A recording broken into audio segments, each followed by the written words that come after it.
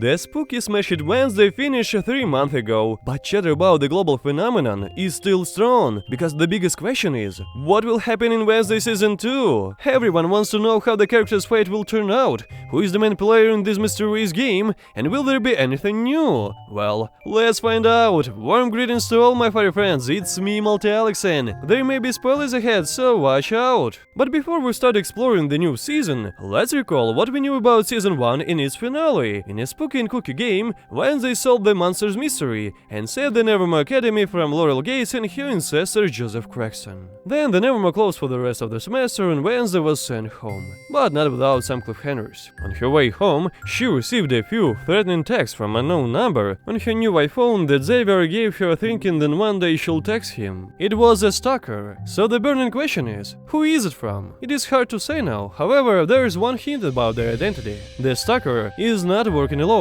The photos in the messages and the photos that Wednesday found in Laurel's music box may have been taken with one hand, so perhaps the stalker has been helping Thorical and her pet all along and their mission is only interrupted, but not done. At the end, Wednesday even reflected on this. Were Laurel Gates and Tyler just pawns in a bigger game? Certainly, this cliffhanger, who is Wednesday's stalker, gives rise to numerous theories that are floating around the internet. Many fans believe that the stalker is definitely a student of Nevermore. Some cling to the idea that it could be Yoko, who is often mentioned in the series and looks very suspicious. Some guess that it's Ajax, and some even think it is Enid. Oh, no, you kidding me. It can be anyone, an outcast parent, a teacher, a student, or even an normie who came to Nevermore while students were leaving school. Generally speaking, the stalker could be someone we haven't met yet, and he could be a part of a big secret society that we will soon learn about. Speaking of mysteries, the arc of Principal Weems might not be over. Yeah, we saw her killed by Marilyn Thornhill, but we didn't see her body buried in the end. As most supernatural shows have taught us, if a character dies off-screen, or the body isn't seen, then they may be alive. This guess was even confirmed by Gwendolyn Christie, who plays Weems, in an interview with a digital spy.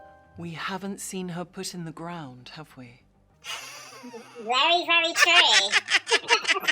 However, if it's just a joke and Weems is really dead, then the second season should honor the legacy of Principal Weems and find a replacement. Considering it won't be easy, Nevermore will hire a temporary principal until they find Weems' permanent replacement. And one of the worthy candidates is Morticia, who loves the schools with all her heart and knows how it works. There was also a lot of talk about Lady Gaga as a new principal or even a new nemesis, after Jenna Ortega commented on the possibility of her joining the show. On the other hand, Gaga probably won't play the nemesis or principal, no matter what many fans may want, but she could potentially have a cameo at some point in the series.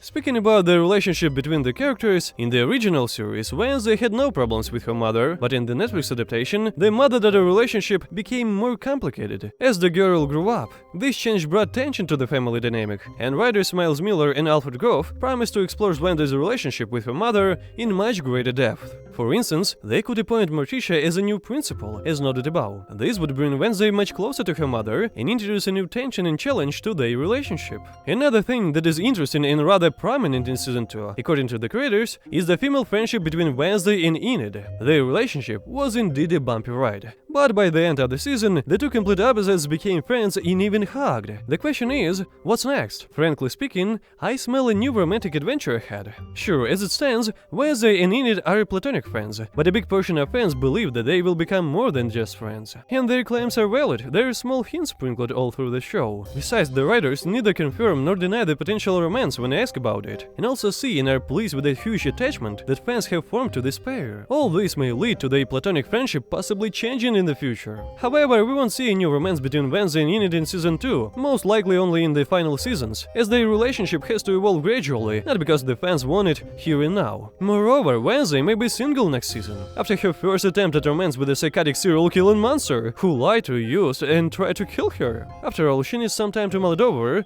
as to who or what she wants.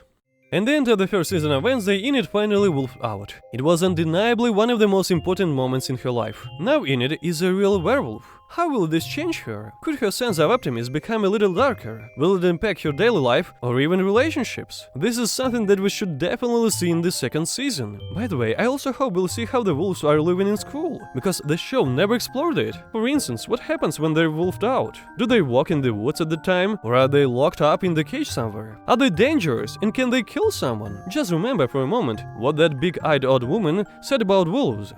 Yeah, they're just like you and me. Until they rip your throat out. You know, remembering Van Helsing, it may even turn out that a werewolf, just like a Hyde, can have a master. Thus, their arc could be significantly more important than we think. Speaking about mysteries, Xavier Thorpe, the tortured artist, is one of them. To everyone's surprise, he is not a Hyde, though it is still early to say. He is somehow connected to Tyler after all. We found out that his psychic visions appear to him in dreams, and always in the shape of a mysterious monster. But why is it so? Do his abilities awaken when a huge threat looms around?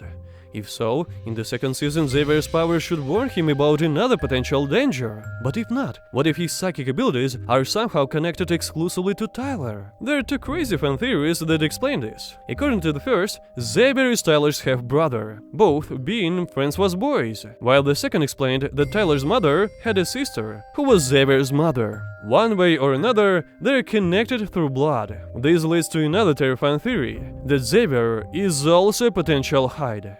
Oh, I know it is too crazy, though it'll all become clearer when the show finally introduces us to Xavier's family, especially his famous psychic father, Vincent Thorpe, who could certainly shed some light on his son's dark abilities, or even Wednesday's power. Additionally, as we know from Xavier's story, Vincent knows Wednesday's parents, but how well do they know or knew each other? It isn't clear whether they met while attending Nevermore together, or he did business with Gomez, or in some other way. But if he'd been a student of the Nevermore, he could be the new temporary principal, who'd logically be in conflict with Wednesday, as she tainted his family's reputation. Some fans even speculated that this character could be played by our beloved Johnny Depp. It'd be awesome! Anyway, Vincent must be introduced next season. It'll give Xavier, but not only him, a new storyline and personal conflict.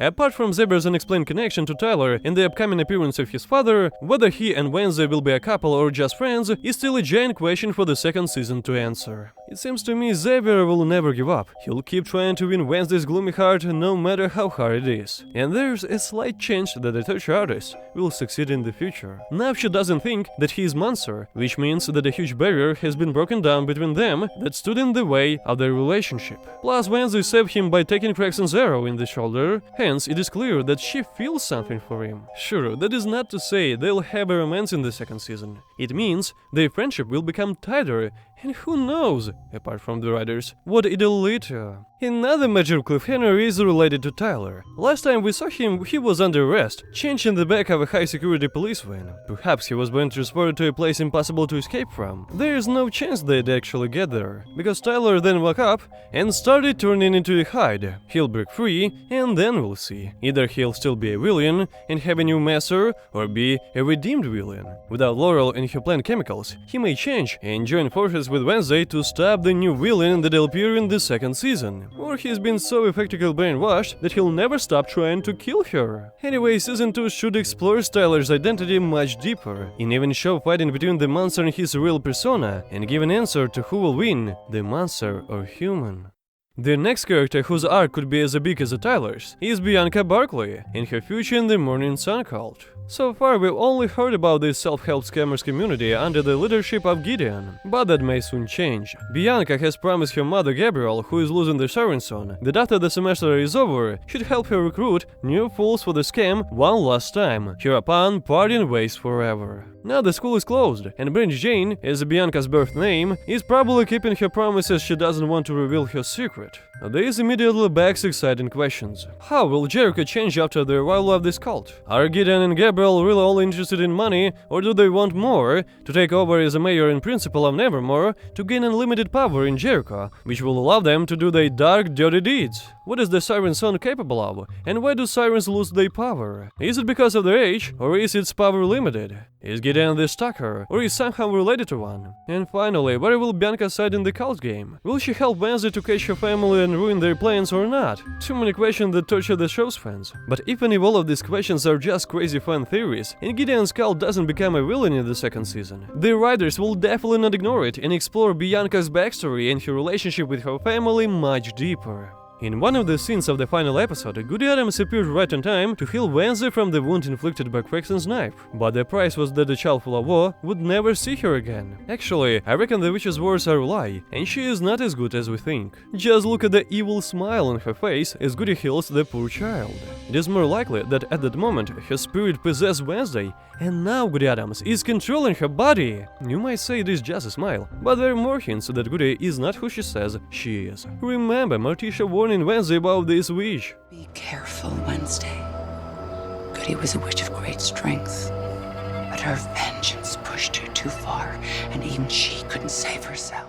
Honestly, these words suggest that Goddy wants to take revenge not only on Joseph Crackstone, she wants to kill all of his believers and descendants who supported him then and supported him now. She may also be planning to burn down the Pilgrim's meeting house, where Crackstone's artifacts are stored. If it is confirmed by the show that Wednesday is a spirit possessed by Goddy, it'll no doubt become one of the most fascinating plotlines in the second season. There are other things that definitely need more attention and exploration, including the rest of the Addams family. It is really sad that the other members only appear a few times in the series, but according to the writers, this will change in the second season. So far, Luis Guzman has confirmed in an interview with a Screen Rant that Gomez Addams will be more involved in the story. He'll have a dance and a sword fight. It is really wonderful because Wednesday has proven her talents as a dancer and a swordswoman. Now it's high time to introduce her teacher. I also hope the writers reveal what kind of power Gomez has. As for the others, except for Morticia, we still don't know how much time will be devoted to them. Not to mention Grandmama and Cousin Enid, who haven't even been introduced yet. In fact, it would be a big mistake to ignore these characters, because the cookie old lady could teach Wednesday to control her psychic visions, while Cousin Enid would certainly bring some comedy to the dark world of Wednesday. Each member of the Addams family is very important, even large, so I hope that we finally see the Addams mansion, where the whole family is together.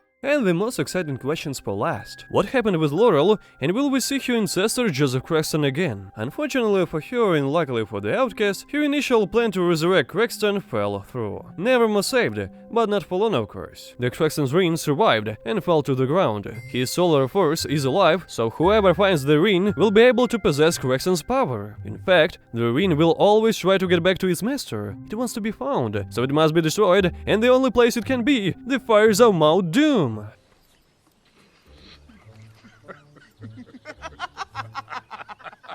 Actually, Crackstone's ring has its own mystery. I stick to the idea that a ring which depicts a boat with the tentacles indicates that a crazy fanatic could have had his own cult, or belong to another, whose believers may still exist even nowadays. It is quite scary, but not for Wednesday, who loves such mysteries. It is also remains a big question why he had a magic staff. If he wants an army, hope all this will be explained. Now back to Laurel. So what has happened to her? Is Miss Thornhill, or rather Laurel Gates, the evil in red boots and Hyde's master, dead or alive, after all of these beastings and Wednesday's kicks? Apparently this insane woman is alive, because as movie logic dictates, we haven't seen her body after Wednesday's kick, or heard characters mention that she is dead. Most likely Laurel will be transported to a hospital to be treated, and then she'll be accused of a killing spree and sent to prison. Wednesday can also visit and interrogate her to find out whether there is a bigger player behind all this. Or Tyler could help Laurel escape and finally make his mama happy. In any case, if this mad botany teacher is still alive, Nevermore will not be safe. She'll definitely will come up with a new plan to demolish the outcast,